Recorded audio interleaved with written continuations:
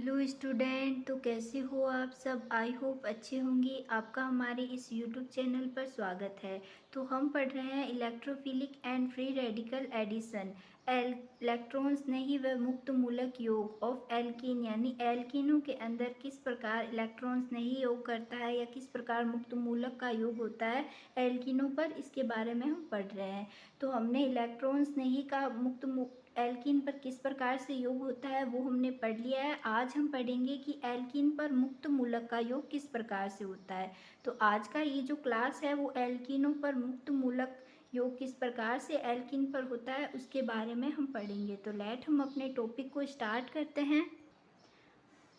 तो एल्कीनों पर मुक्त मूलक योग। अब एल्कीन पर मुक्त मूलक योग अगर हम ये रिएक्शन अगर पेरोक्साइड के उपस्थिति में कराते हैं तो इसलिए इसे पेरोक्साइड प्रभाव भी कहा जाता है। तो खेरस नाम का एक वैज्ञानिक था, उसने कहा, खेरस ने 1933 में यह सिद्ध किया कि यदि असममित एल्कीन पर हम हाइड्रोजन ब्रोमाइड का योग पेरोक्साइड अभिकर्मक अथवा ऑक्सीजन की उपस्थिति में कराएं तो यह जो अभिक्रिया होती है वो मार्कोनिकोफ नियम के विपरीत होती है। यह अभिक्रिया खेरस का पेरोक्साइड प्रभाव कहलाती है। क्या होता है मार्कोनिकोफ नियम, ये मैंने कल के वीडियो लेक्चर के अंदर आपको बताया था। फिर से बता देती हूँ कि जो हमारी एल्कीन होती है, यानी जो हमारी, एक बार देख लो, जो हमारी एल्कीन है असममित एल्कीन, उसके अंदर यदि हाइड्रोजन परमाणु का योग हो रहा है तो वो हाइड्रोजन परमाणु द्विबंध से बंधित उस कार्बन परमाणु पर जाकर जुड़ेगी जिस पर हाइड्रोजन परमाणुओं की संख्या ज़्यादा हो। तो इन दोनों कार्बन परमाणुओं में हाइड्रोजन परमाणु की संख्या इस पर ज़्यादा है, इसलिए हाइड्रोजन इस पर जाकर जुड़ेगी। नॉर्मली असममित एल्कीन पर अगर HBr की रिएक्शन कराते हैं तो अधिक मात्रा में क्या प्राप्त होता है, 2 ब्रोमोप्रोपेन प्राप्त होता है। लेकिन अगर इस रिएक्शन के अंदर हम पेरोक्साइड ले लें, यानी अगर यह अभिक्रिया पेरोक्साइड या ऑक्सीजन की उपस्थिति में अगर हम इसको कराते हैं तो ये मार्कोनिकोफ नियम के विपरीत होती है। यानी कि अगर हम यहाँ पेरोक्साइड की मात्रा उपस्थिति लेते हैं तो अगर यहाँ पर हमें अधिक मात्रा में 2 ब्रोमोप्रोपेन मिलता है, लेकिन पेरोक्साइड लेने पर अधिक मात्रा में 1 ब्रोमोप्रोपेन हमें प्राप्त होगा। ये रिएक्शन मैं आपको आगे बताऊंगी, लेकिन ये इसीलिए ये मार्कोनिकोफ नियम के विपरीत नियम है कि और ये पेरोक्साइड की उपस्थिति में ले रहा है और इसे खेरस नामक वैज्ञानिक ने बताया था, इसीलिए इसे खेरस का पेरोक्साइड प्रभाव भी कहते हैं। उदाहरण लो कि जब प्रोपीन पर पेरोक्साइड की उपस्थिति में HBr की अभिक्रिया से 1 ब्रोमोप्रोपेन बनता है, जबकि पेरोक्साइड की उपस्थिति में 2 ब्रोमोप्रोपेन बनता है। यानी कह रहा है कि अगर पेरोक्साइड की उपस्थिति लेते हैं तब तो हमें क्या प्राप्त होगा, 1 ब्रोमोप्रोपेन प्राप्त होगा, लेकिन जब हम पेरोक्साइड की अनुपस्थिति में रिएक्शन कराएंगे तो हमें 2 ब्रोमोप्रोपेन प्राप्त होगा। ठीक है, तो ये देखो हमारी प्रोपीन है, इसकी अभिक्रिया हमने HBr के साथ कराई पेरोक्साइड की उपस्थिति में। ये क्या एस्टर है, RCOR, ये एस्टर का फॉर्मूला है। तो ये क्या है, CH3CH2CH2Br, यानी यहाँ पर 1 डिग्री कार्बन पर ब्रोमीन ग्रुप जुड़ा हुआ है, इसलिए 1 ब्रोमो, इसका नामकरण भी क्या होगा, 1 ब्रोमो प्रोपीन होगा। जैसे 1 2 3 नंबर कार्बन है, 1 नंबर कार्बन पर ब्रोमीन ग्रुप जुड़ा हुआ है, इसलिए 1 ब्रोमो प्रोपेन हो गया। तो अब हम इस रिएक्शन की मैकेनिज्म देख लेते हैं। जैसे अब सबसे पहले हम ये रिएक्शन पेरोक्साइड की उपस्थिति में कराते हैं, तो ये जो पेरोक्साइड है वो मुक्त मूलक के रूप में बनेगा, यानी जो प्रथम पद है उसके अंदर पेरोक्साइड से मुक्त मूलक का निर्माण होगा। कैसे होगा, ये ROOR है, ये क्या करेगा, 2RO यानी कि 2 मुक्त मूलक का निर्माण कर लेगा। अब ये जो मुक्त मूलक बना है वो हमारे क्या HBr के साथ आकर पहले रिएक्शन कर लेगा। HBr के साथ रिएक्शन करके एक तो ROH यानी अल्कोहल का निर्माण कर लेगा और ब्रोमीन का मुक्त मूलक बना देगा।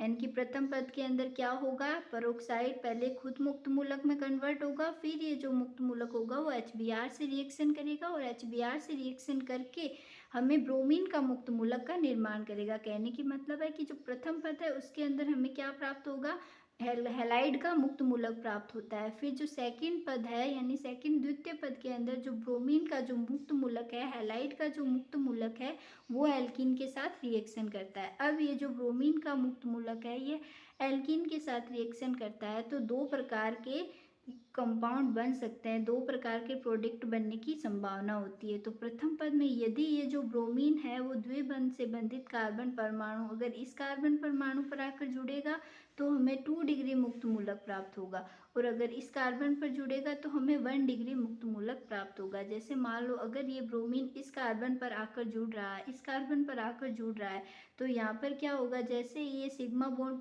पाई बॉन्ड टूटेगा तो 2 सिग्मा बॉन्ड का निर्माण होगा। तो एक बॉन्ड तो कार्बन, ये जो ब्रोमीन है वो इस कार्बन के साथ बना लेगा, तो इस कार्बन की चारों वैलेंसी पूरी हो जाएगी, क्योंकि इस कार्बन ने 4 बॉन्ड बना सकता है। 2 बॉन्ड इसने हाइड्रोजन के साथ बना रखा है, एक बॉन्ड इसने कार्बन के साथ बना रखा है, और एक बॉन्ड क्या बना रहा है, ब्रोमीन के साथ बना रहा है। तो इस कार्बन की तो चारों संयोजकता पूरी हो रही है, बट ये जो कार्बन है इसके पास 3 ही बॉन्ड होंगे। जब ये बॉन्ड टूटेगा तो एक इस कार्बन के साथ होगा, एक इस हाइड्रोजन के साथ, और एक इस कार्बन के साथ, यानी कि इस कार्बन की क्या होगी, 3 वैलेंसी होगी, इसलिए इसके पास एक इलेक्ट्रॉन फ्री इलेक्ट्रॉन होगा।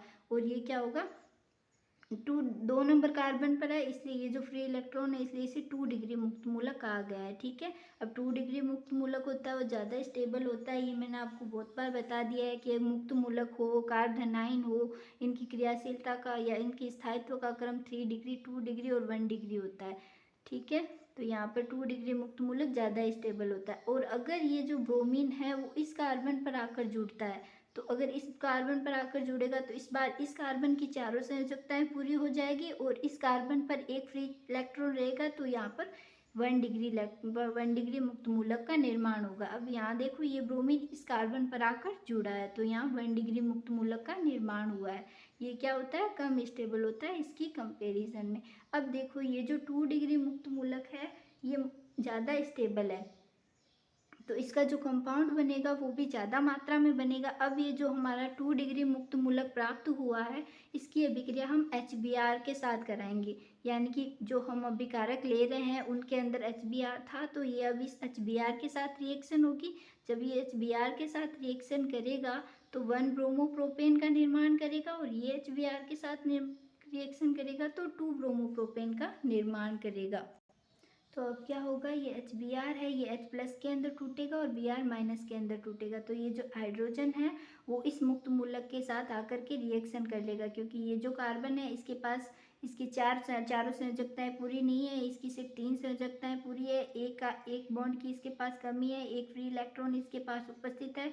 तो जैसे हाइड्रोजन प्लस के अंदर टूटेगा तो हाइड्रोजन के पास प्लस चार्ज होगा, और इसके पास हाइड्रोजन के पास इलेक्ट्रॉन की कमी हो गई, तो ये जस्ट आके इस कार्बन के साथ रिएक्शन कर लेगा, और इस कार्बन के साथ अभिक्रिया करके यानी कि इस कार्बन के साथ बॉन्ड बना के 1 ब्रोमोप्रोपेन का निर्माण करेगा। ये हाइड्रोजन देखो, यहाँ इस कार्बन के साथ एक हाइड्रोजन है और यहाँ इस कार्बन के साथ 2 हाइड्रोजन हो गए, क्योंकि ये हाइड्रोजन इसके पास आकर जुड़ गया, और हमें Br का मुक्त मूलक प्राप्त हो जाएगा।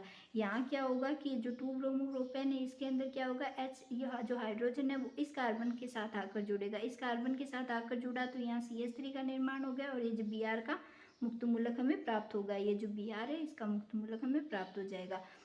ठीक है, तो अब क्या होगा ना कि ये देखो अधिक मात्रा में प्राप्त हुआ और ये कम मात्रा में प्राप्त होता है। मार्कोनिकोफ नियम हमें क्या कहता है कि हाइड्रोजन उस कार्बन से जाकर जुड़ती है जिस पर हाइड्रोजन परमाणु की संख्या उस कार्बन पर जुड़ती है जिस पर हाइड्रोजन परमाणु की संख्या ज़्यादा हो। तो ये देखो, अगर यहाँ तो ये जो हाइड्रोजन है ये इस कार्बन पर आकर जुड़ी, यहाँ तो एक ही हाइड्रोजन है और यहाँ 2 हाइड्रोजन है, तो इस रिएक्शन के अंदर ये हाइड्रोजन इस कार्बन से आकर जुड़ी है, और इस रिएक्शन के अंदर ये हाइड्रोजन जो है वो इस कार्बन से आकर जुड़ी है। तो अगर मार्कोनिकोफ नियम के अनुसार हम देखें तो ये यौगिक है, ये जो कंपाउंड है ये ज़्यादा स्टेबल होना चाहिए, अधिक मात्रा में प्राप्त होना चाहिए, लेकिन नहीं, ये जो कंपाउंड है ये अधिक मात्रा में प्राप्त हो रहा है, इसीलिए जो रिएक्शन है ये मार्कोनिकोफ नियम के विपरीत है। और क्यों है, क्योंकि जब हम किसी पेरोक्साइड की उपस्थिति में ये रिएक्शन कराते हैं ब्रोमीन की, तभी ये रिएक्शन क्या होती है, मार्कोनिकोफ नियम के विपरीत होती है। ठीक है, तो आई होप आपको ये रिएक्शन समझ आई होगी। अगर समझ आई है, हमारी क्लास पसंद आई है, तो प्लीज़ इसे लाइक करो, ज़्यादा से ज़्यादा अपने फ्रेंड्स के साथ शेयर करो, और हमारे चैनल को सब्सक्राइब करो। Thank you for my watching video.